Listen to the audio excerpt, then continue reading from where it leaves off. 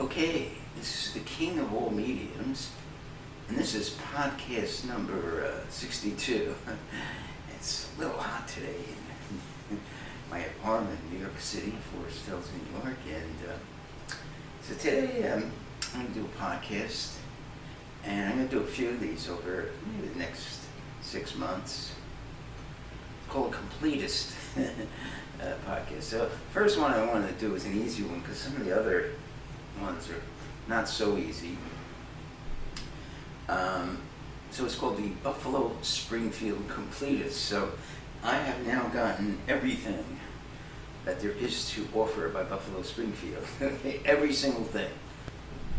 Even some things that are not legal, but I didn't know it at the time, and I'll explain that in a second. So let me tell you my background with Buffalo Springfield. I did not know much about this band. I forgot, I think I bought a CD by them maybe 25 years ago, and I listened to it and it was good. I bought it for what it's worth. But it's funny, so my brother was big into them, and he asked me about it. I said, yeah, it was good. And he said, it was hard to get into, right? I said, I kind of thought that too. And I don't know what prompted me to re-listen to it. It was like a second time thing. That was sort of like the same thing with Van Morrison's Astro Week. Although that was really hard from the first time I listened to that album. I was like, wow, this is not good, And then I said, well, let me listen to it again. And I was like, wow, this is really good. There's a very big switch on that album, Astro Weeks. It became one of the greatest albums I thought I've ever heard. Very acoustic, raw, a lot of emotion. Now, Buffalo Springfield is a little different. I mean, it wasn't as a big leap. But I started going from, they're okay, to, this is one of the greatest groups I've ever heard. And so it became an obsession of mine to make sure I've had everything they ever released, okay? And I finally completed that. So this is the name of this video is Buffalo Springfield. I am a Buffalo Springfield Completist, okay? And so let's start. The first thing you have to do to be a Buffalo Completist is you have to have every album, every piece of vinyl. Now, the first album you have to have is the self-titled debut. I think this came out in early '67, Buffalo Springfield. And the story behind that was they had a album released already, and Stephen Stills came out with this song, Hey Hey What's That Sound? And Ahmet Ertegun liked it so much he pulled the album back and he put it on side 1 here, right? Put it as the first song. Other standout tracks on this are Go and Say Goodbye, Sit Down, I Think I Love You, Nowadays Clancy's Can't Even Sing, Hot Dusty Roads, Flying on the Ground Is Wrong, Burned, Do I Have to Come Right Out and Say It, Out of My Mind, Pay the Price. Almost every track in this album is outstanding. This is a reissue. I don't have the original. Okay, so this is the first thing you need. It doesn't have to be the original. Nice reissue. Okay, so that's the first thing you need to be a Buffalo Springfield Completist. Now, the second thing you need is this. Buffalo Springfield, again, their second release. Now, this might be an original. Now, this is pretty good shape, not great shape though, a little background noise. It's good though, I might get the reissue. So I like the sound of that, really a lot. I really do love the sound. Front cover, back cover. Okay, so what's on this? Mr. Soul, of course, great song. Child's Claim to Fame, Richie Fury song, great song.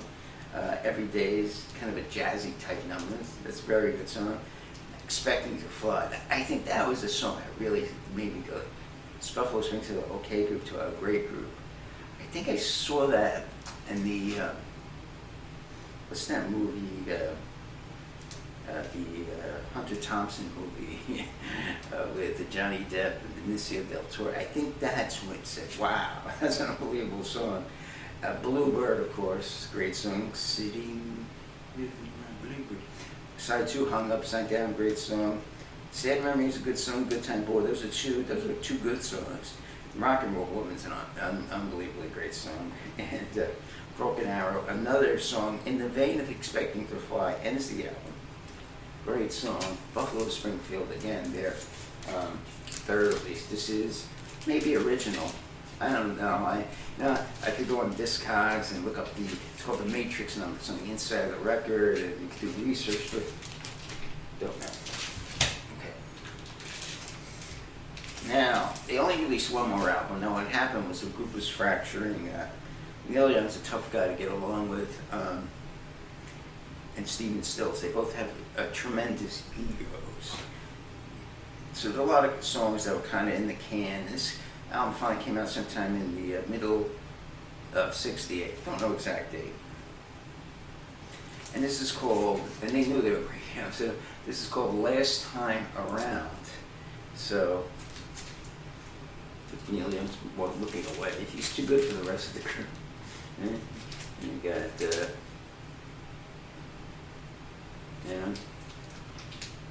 some pictures put in. This copy is, I don't know if this is an original, but it's not new. And the first song, On the Way Home, has like a bad pop in it, so I went and ordered a reissue. They have a reissue. They have a reissue of a lot of classic albums. Now, you might say, since this is like, a lot of people say 2.5 albums are released, but I think this album is a great album because it has a lot of great songs. On the Way Home is a great song. It's So Hard to Wait's okay. Pretty Girl, Why I Love. That's the Stephen Stills songs. 4 Days Gone's a good song. Carefree Country Day was actually written by Jim Messina. That's not a good song. Special Care is not that good. There's a few stinker clunkers, and the album of Not Quite Rain. Some people like that, and Questions eventually became a part of the Carry On by Crosby, Stills and Nash did. Their second album became the second part. Questions of a Thousand Dreams. I Am a Child, great Neil Young song. Two Stephen Stills songs follow. Merry Go Round, great song. Uno Mundo, another great song. And finally, I think, in his time in Buffalo Springfield, Richie Fury's best song, Kind Woman. What a great song that is. So, their last album, which I think is a great album too. Not 5, this is their own, I think, 4-star album. Yeah, this is a 4. The other two are 5 stars. To me, no doubt is. So you have the 3. Now you're not quite there though. Now, unfortunately, there was one track released, a version of Bluebird that was 9.5 minutes long. 8 minutes 59 seconds, to be exact. And so I bought this album. It's a double album compilation. I think it came out in 1973. Pretty nice album. But I played it. It was a terrible shape. Skipping, pumping, and burping. One of these things. Has a lot of their hits on it. This album in great shape. I would love. So I went out and ordered another one. And sides 1, 2, and 4 of this are excellent, but side 3 is in bad shape. But fortunately, the Bluebird, it says 9 minutes, but it's actually, I think, 8:59. You see, Bluebird is on side 2, so I do have complete on that. Okay. Now also, so ruin those DVDs. I have backups on compact disc. First album, second album, third album. Right? So I got everything on compact disc, right? Okay.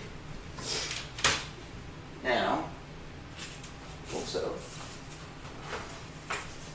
there's a lot of stuff left in the can. A lot of stuff left in the can. A lot of demos, a lot of stuff like that. So what they did with Buffalo Springfield, they released Rhino Records and Atco Records. I guess it was Rhino. It says the Internet Explorer. I don't know why. I guess you can access this with your computer. They left a Buffalo Springfield box set. So let's take a look at this box set.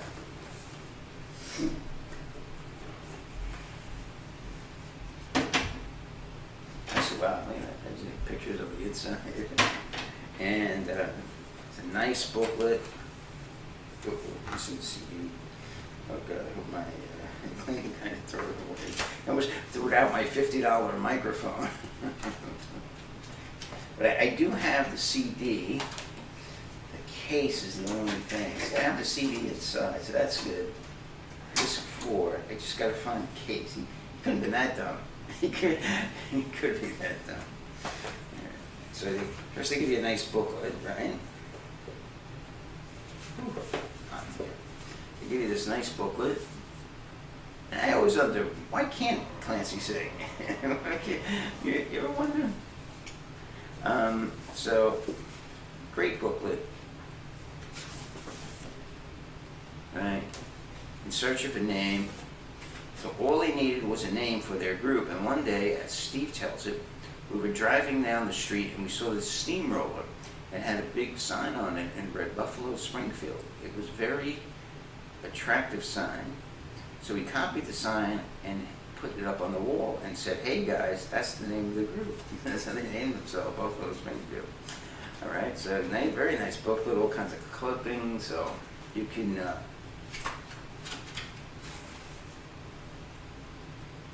and they give you all of their, all their tours and everything like that.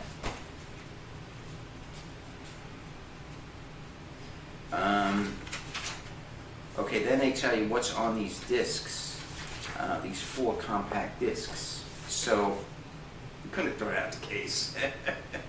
This kid, by the way, doesn't know anything but download, I don't think he understands it. This guy just throws out things. He doesn't look, So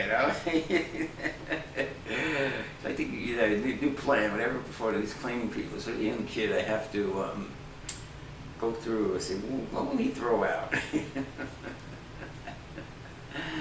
Oh, God. There's no monopoly on common sense these days. Okay, so there's one song actually that was taken off the album, I think, that's on this.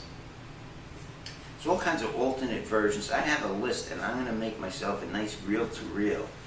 And it's an 11-song album. And I forgot, there's actually one song that was taken off the original album they put here. I'll have to find that. So that's disc 1. All that disc 2 is the same thing. All outtakes and unreleased songs. And disc 3 is all out. 3 things basically: demos of the song, what it was going to become before it became the song. Songs that never were released. Different versions of songs. Like for instance, there's a version of Burned, which was never released, but it was sung by, I'm sorry, not Burned, Down to the Wire, which could only be heard, which was before this, it could be heard on Neil Young's Decade, but was sung, was sung by Neil Young, but this version of Burned was sung by Stephen Stills, interestingly enough.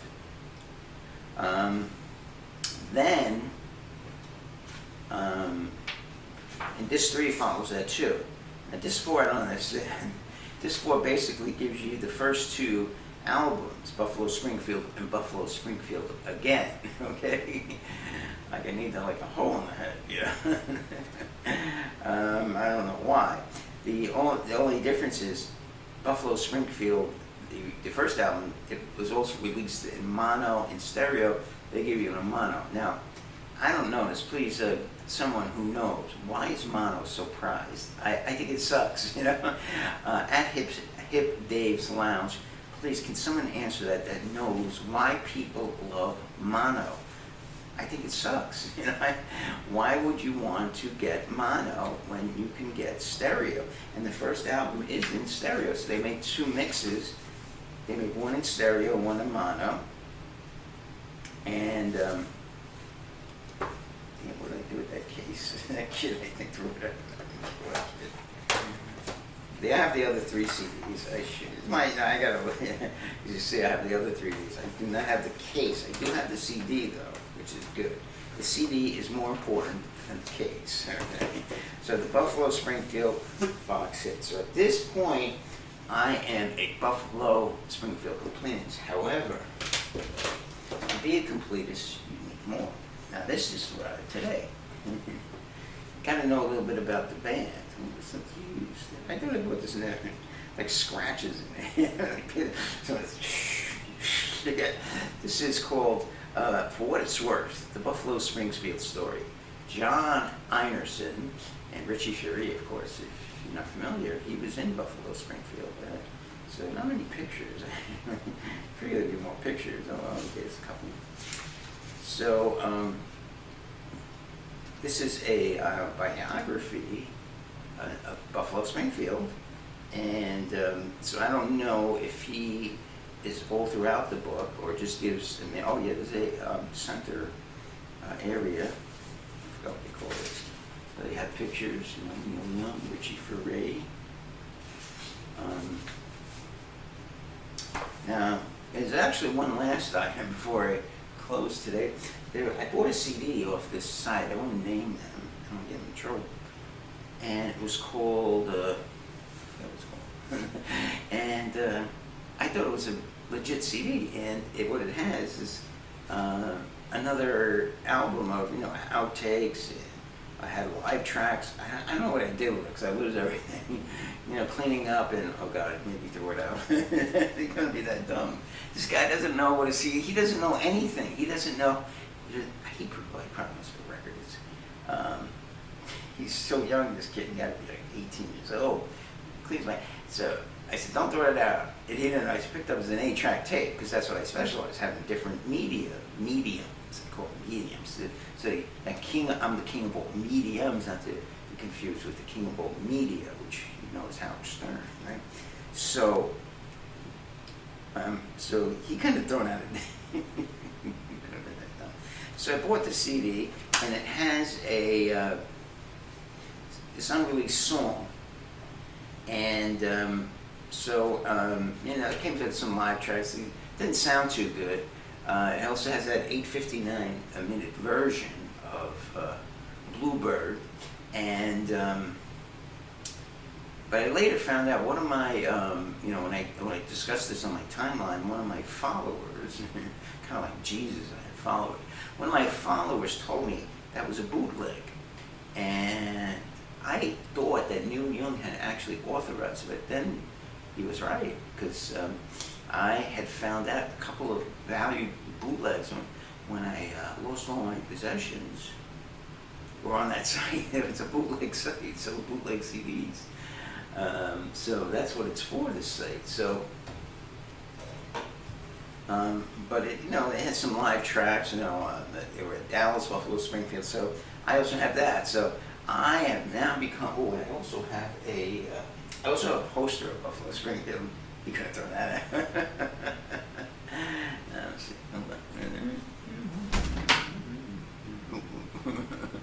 I'll tell you about my CD case. Good. Kill that kid. Can't be that dumb. No, you can't be that dumb. Can't be that dumb. I guess he doesn't know. They don't know. These kids do not know. So they grew up not knowing what a storage medium is. Like a cassette, a CD. They don't know. They go to their phone and they download a track off iTunes, or they download it for free from